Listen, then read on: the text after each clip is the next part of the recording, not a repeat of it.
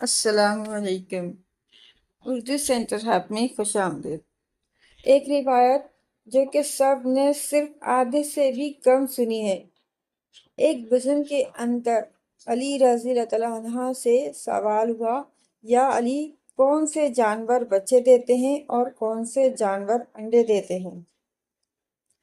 حضرت علی نے جواب دیا کہ جن کے کان اندر ہیں وہ انڈے دیتے ہیں، اور جن کے کان باہر ہیں وہ بچے دیتے ہیں۔ وہ آدمی جواب سن کر بیٹھا تو ایک دوسرا آدمی کھڑا ہو گیا اور یہی سوال دہرایا، یا علی، کون سے جانور بچے دیتے ہیں اور کون سے جانور انڈے دیتے ہیں؟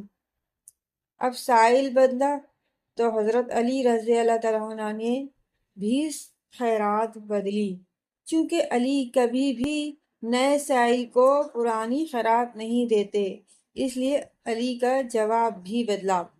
حضرت علی رضی اللہ عنہ نے جواب دیا، سنو، جو اپنے بچوں کو دودھ پلاتے ہیں وہ بچے دیتے ہیں، اور جو اپنے بچوں کو دانا کھلاتے ہیں وہ انڈا دیتے ہیں۔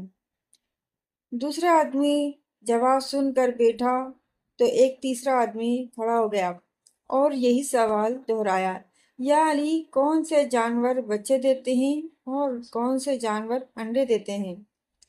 حضرت علی رضی اللہ تعالیٰ عنہ مسکرائے اور کہا، تیرے لیے بھی نیا جواب ہے۔ سنو، جو اپنی غذا کو چبا کر کھاتے ہیں وہ بچے دیتے ہیں، اور جو اپنی غذا کو صرف نگلتے ہیں وہ انڈا دیتے ہیں۔ مجمع پر حیرانی چھا گئی اور ہر کوئی خاموش ہو گیا۔ حضرت علی نے فرمایا، سنو، خاموش کیوں ہو؟